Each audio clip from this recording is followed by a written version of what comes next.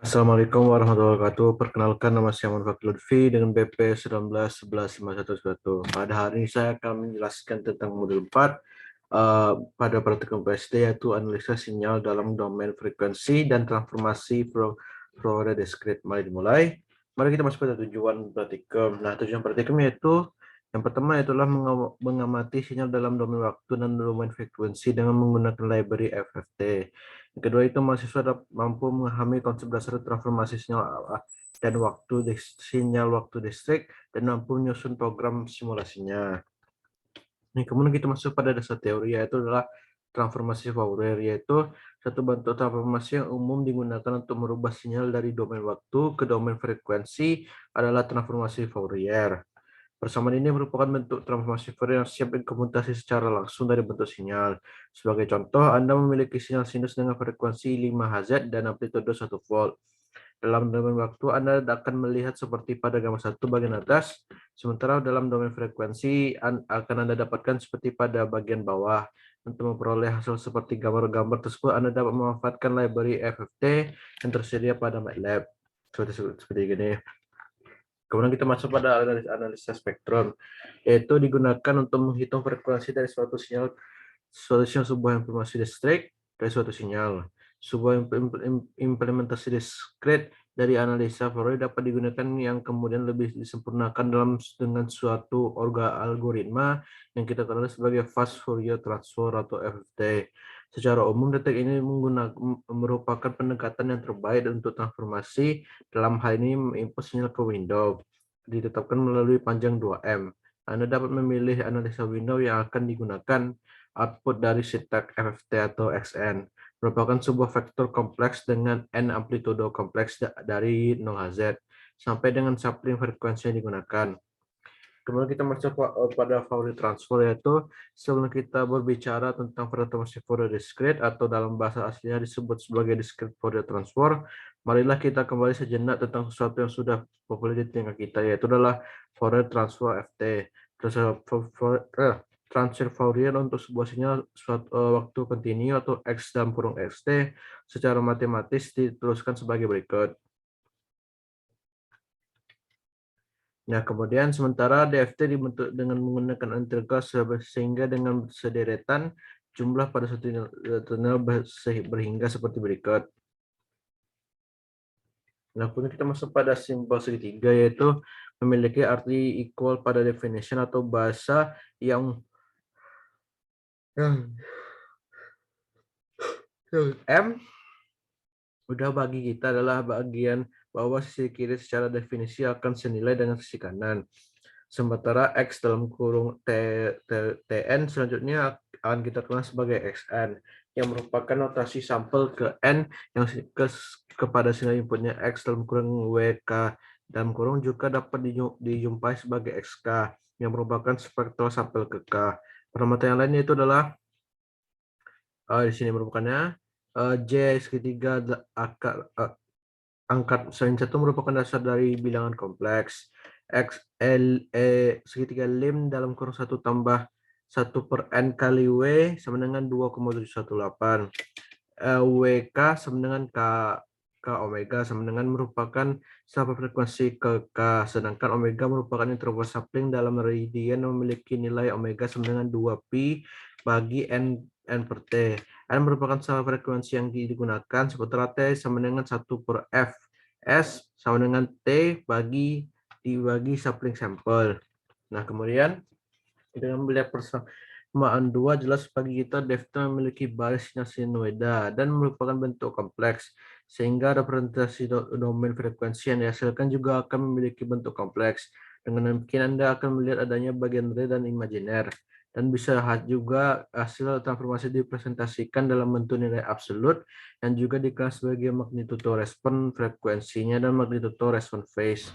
Selanjutnya, untuk proses pengolahan sinyal digital, kita DFT mutlak diperlukan karena kita akan berhubungan dengan sinyal waktu diskret yang merupakan bentuk tersampel dari sinyal waktu kontinu, dan dalam praktikum ini kita akan memanfaatkan bentuk dasar library FFT yang merupakan pengembangan dari algoritma dasar DFT. Mengapa kita menggunakan FFT? Hal ini bisa dijawab dengan Anda masuk ke MATLAB, comment, like, dan ketikkan FFT akan muncul keterangan. FFT discrete Fourier transform. FFT dalam kurung X is the discrete Fourier transform dalam kurung DFT of vector X. For matrix, the FFT operation is applied to each column for uh, n n garis D array. The FFT operation operates on first non-singleton dimension. FFT dalam kurung X, n is the endpoint of FFT padded with the 0 if X has less than endpoint and translated if it has more. Cukup jelas bagi kita mengapa kita bisa menggunakan library FFT dalam praktikum kali ini. Kemudian kita masuk langkah ketiga, itu persiapan praktikum. Pelajari mengenai sinyal dalam domain frekuensi dan transformasi Fourier discrete dan perintah-perintah lain yang berhubungan dengan topik praktikum pada MATLAB.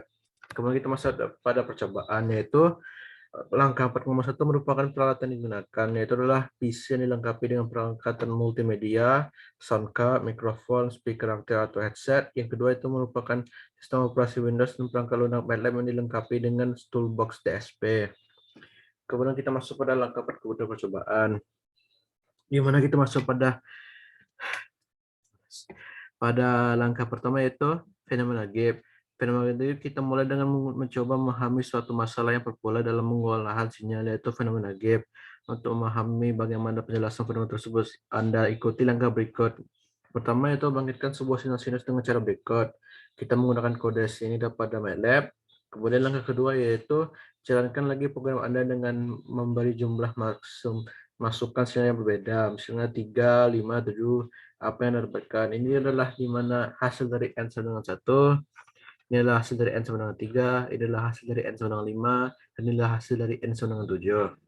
Nah, yang ketiga yaitu adalah dari langkah percobaan Anda ini, fenomena apa yang didapatkan dari sinyal persegi, apakah itu dengan sinus? Nah, mari kita jawab, yaitu fenomena terjadinya sinyal persegi merupakan fenomena gap, di mana fenomena ini terjadi dikarenakan semakin banyak sinyal yang digunakan, semakin banyak muncul sinyal persegi. Dan hubungan sinyal sinus dan sinyal persegi lurus di mana, dan hubungan sinyal sinus dan sinyal persegi lurus, di mana semakin banyak sinyal persegi, semakin banyak sinyal sinus. Langkah 4,2 yaitu pengamatan frekuensi pada sinyal tunggal. Anda telah mengetahui cara mengamati sinyal dalam domain waktu dan frekuensi. Pada percobaan berikut ini Anda coba bangkitkan dua sinyal sinus dengan frekuensi F1 dan F2. Sementara nilai amplitudo dapat Anda lihat pada listnya program berikut ini. Cara satu yaitu caranya adalah dengan mengetik program ini. Ini kita ketik program pada MATLAB. Kemudian langkah kedua yaitu rubah nilai F2 sama dengan 10, 25, 20 tersebut. Apa yang Anda dapatkan dari langkah ini? Di sini merupakan Fs sama dengan 10, di sini merupakan SF sama dengan 25. Nah, didapatkan bahwa semakin besar nilai Fs maka semakin ketat gelombangnya. Kemudian langkah ketiga yaitu coba rubah nilai amplitudo pada sinyal kedua menjadi 1,5 atau 10. Apa yang Anda dapatkan dari langkah ini? Inilah hasil yang didapatkan dari M1, inilah hasil yang didapatkan dari M5, dan inilah hasil yang didapatkan dari M10. Nah, hasil yang saya dapatkan dari percobaannya itulah, setelah melihat hasil dari percobaan, didapatkan bahwa semakin ditingkatkan nilai amplitudo pada kode, maka tinggi puncak pada kotak frekuensi semakin meningkat. Nah, kita masuk pada program pada percobaan pengamatan frekuensi pada kombinasi dua sinyal, di mana langkah pertamanya yaitu pada percobaan berikut ini Anda coba bangkitkan 4 sinyal sinus dengan frekuensi F1, F2, F3, dan F4. Sementara nilai amplitudo dapat Anda lihat pada listnya program berikut ini. Caranya adalah mengetik program berikut ini. Kemudian kita ketik program berikut ini. Kemudian inilah hasil dari kodenya.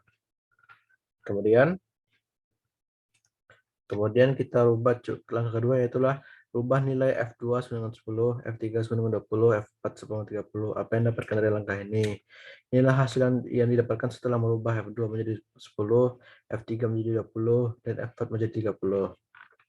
Nah, yang kita dapatkan adalah setelah melihat hasil yang didapatkan bahwa hasil Setelah melihat hasil yang didapatkan bahwa hasil gelombang berubah setelah F2, F3, dan F4 diubah. Hal ini dikarenakan ketika F menentukan hal pada gelombang, di mana F2 menentukan kelengkungan gelombang, F3 menentukan frekuensi sinyal gelombang, dan F4 menentukan jumlah gelombang sinus pada gelombang.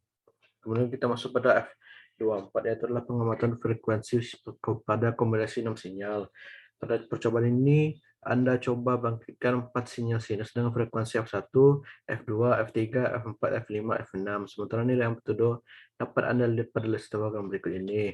Caranya dengan mengetik program min berikut ini. Nah, setelah kita mengerti program pada MATLAB, serta dan amati bentuk sinyal dihasilkan dari langkah berikut dari langkah tersebut. Inilah hasil yang didapatkan dari percobaan tersebut.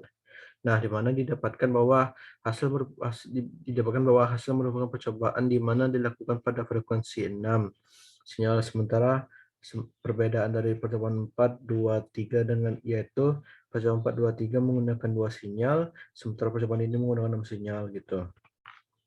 Nah, kemudian kita masuk pada percobaan 4,2,5 yaitu pengamatan frekuensi pada sinyal audio yang merupakan tugas laporan, di mana di sini coba untuk melihat sinyal yang lebih real dari kehidupan kita.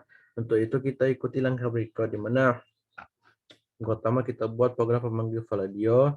Inilah kode yang digunakan pada program. Inilah hasil dari kode tersebut. Kemudian langkah kedua itu coba dilakukan perubahan sedikit pada tepatnya y dalam kurung y, fs sama dengan wave rate nada garis 1 wave, dan plot abs y dalam kurung ups dalam kurung y dalam kurung 1 banding 4000. Setelah dilakukan perubahan ini inilah hasil yang didapatkan gitu. Dan langkah ketiga itu adalah jangan lupa catat yang terjadi. Jangan lupa Anda catat yang terjadi. Nah, didapatkan bahwa terdapat perbedaan antara dua suara, di mana dua suara lebih besar dari suara dua lebih besar dari suara satu. Dan jika kita lihat hasil dari percobaan, didapatkan suara satu dan suara dua memiliki kualitas yang sangat berbeda. Perbedaan ini bisa dijelaskan dengan jumlah nilai pada kode, di mana semakin tinggi nilai Y, maka semakin cepat dan besar gelombang suara yang dihasilkan.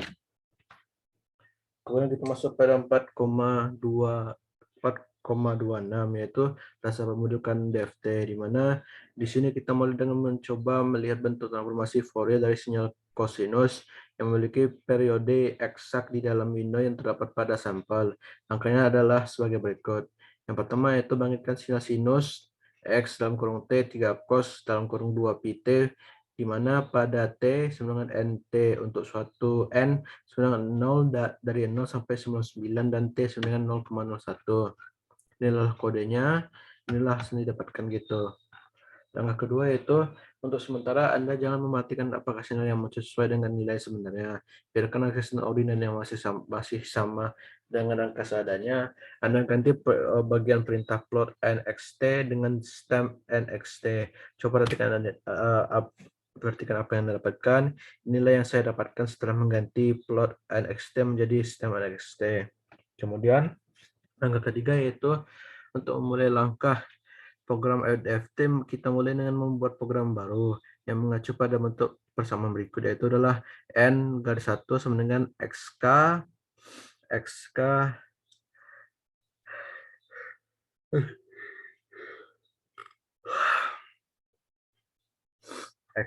N X kurung N I di garis JKWNON, di mana K lebih kecil dari N kurang 1, di mana K lebih besar pada 0 dan N sama dengan 0, atau dalam bentuk real dan imajiner, di mana N kurang 1 sama dengan XK 3 cos kali 0,02 cos KWON kurang garis J sin KWNON, di mana ini kode yang kita gunakan dan inilah hasil yang didapatkan.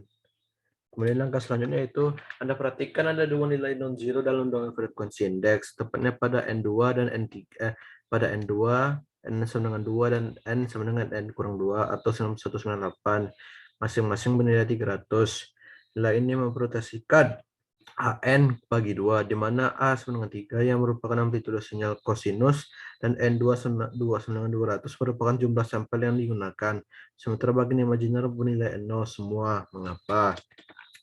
Nah, kemudian kita masuk ke langkah keempat, yaitu coba ulangi langkah 1 sampai 3 dengan merubah dari sinyal kosinus menjadi sinyal sinus. Untuk pada langkah K1 Anda rubah, di mana di sini merupakan X garis T dengan 3 cos diubah menjadi X kurang T garis T sama dengan 3 sin. Nah, pada langkah ketiga yaitu diubah menjadi X garis N sama dengan 3 cos, di sini menjadi X garis N sama dengan 3 sin gitu. Nah, inilah hasil yang didapatkan pada K1. Ini hasil yang didapatkan daripada K3 itu. Nah, kemudian kita lanjut pada langkah kelima, yaitu ulangi langkah 1 sampai 3 dengan merubah nilai sampel 200 menjadi 1000. Apa yang Anda dapatkan, inilah hasil yang saya dapatkan setelah merubah nilai 200 menjadi 1000. Kemudian kita masuk pada zero padding, yaitu kita mulai dengan sebuah sinyal waktu di script berubah second unit step. Kemudian apabila kita menggunakan transformasi Fourier pada sinyal ini akan diperoleh bentuk seperti berikut. Nah, untuk memahami konsep zero padding pada FT, Anda ikuti langkah percobaan berikut ini. Yang pertama yaitu buat program baru untuk pembangkitan sequence unit step dan menggunakan juga FT untuk memperoleh nilai DFT. Yang kedua, modifikasi program Anda dengan menambahkan nilai 0 sebanyak 4 angka di belakang sequence nilai bernilai 1 tersebut. Langkah ketiga yaitu modifikasi program Anda sehingga nilai 0 di belakang sequence unit step menjadi 12 setelah apa yang terjadi. Langkah keempat yaitu lanjutkan penambahan nilai 0 menjadi 16 dan cetak apa yang terjadi. Kemudian jelaskan konsep zero padding yang telah Anda buat simulasinya. Nah, konsep zero padding ini akan saya jelaskan pada tulis laporan. Nah, kemudian kita lanjut pada langkah 4,28, yaitu representasi dalam domain frekuensi. Nah, cara yang paling mudah dalam menguji program transformasi ke domain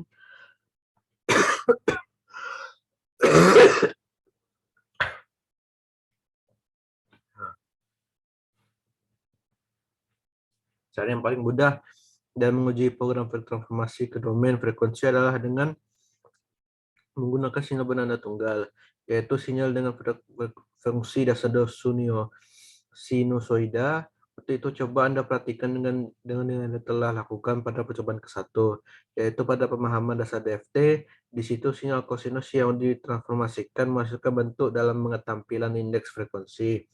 Dengan mengkombinasikan percobaan ke-1 dan percobaan kedua, kita akan mampu menyusun program DFT yang mampu digunakan untuk pengamatan sinyal waktu diskret dan melihat tampilannya dalam domain frekuensi. Untuk itu kita ikuti langkah berikut. Nah, langkah pertama yaitu susun sebuah program baru dengan algoritma yang merupakan kombinasi dari program ke-1 dan program kedua. Ini adalah kode yang saya gunakan. Yang kedua itu adalah lakukan beberapa modifikasi sehingga tampilan menilai frekuensi dalam hasil kode. Inilah kode yang kita akan ganti pada kode ini.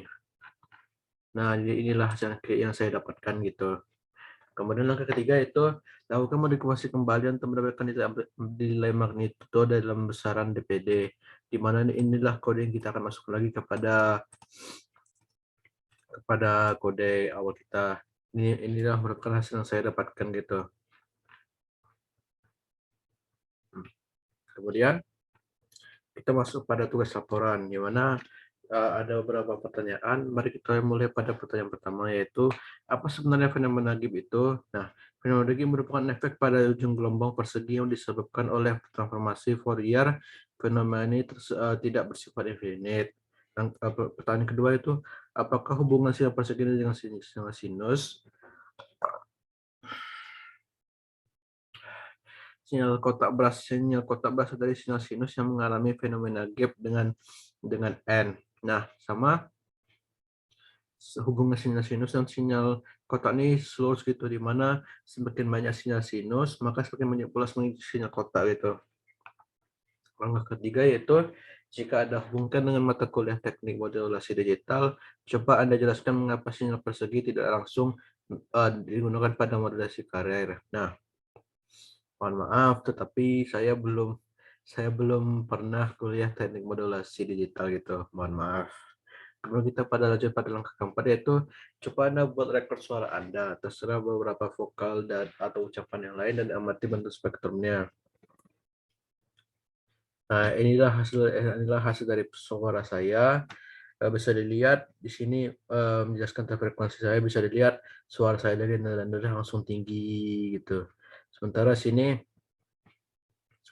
suara saya galauannya besar terus menjadi yang didapatkan bahwa suara saya itu selalu besar, di mana terdapat suatu istilah di sini kayak sementara di garis-garis besar semua di antara dua ini ada garis berpisah di sini ya, ada kayak garis kecil itu.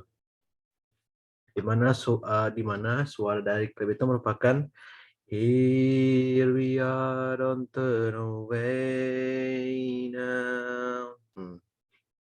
Di Here we are itu adalah ini istilah di sini. Nah, kemudian kita masuk langkah kelima yaitu apa yang Anda dimasukkan pada zero padding. Nah, zero padding merupakan penambahan angka 0 di depan sebuah angka akan menghasilkan jumlah digit yang tetap. Angka ke-6 yaitu apa pengaruh perbedaan nilai zero padding pada tampilan sinyal dalam domain frekuensi. Pengaruhnya merupakan sinyal listrik dapat dilihat dalam domain frekuensi. Pertanyaan ke-8 yaitu apa perbedaan tampilan nilai frekuensi dalam Dahlia dan tampilan frekuensi dalam HZ, di mana jawabannya merupakan satu rad per S sama dengan 1/2 pi Hz. Nah, pertanyaan 9 yaitu apa yang dimaksud tampilan nilai magnitudo dalam dB ini apa yang dimaksud tampilan nilai magnitudo dalam dB? Maksudnya itu besarnya nilai yang dihasilkan dari suatu dB gitu. Nah, dengan sampai masuknya pertanyaan 9, maka telah selesai juga presentasi dari saya. Mohon maaf jika saya membuat kesalahan. Assalamualaikum warahmatullahi wabarakatuh.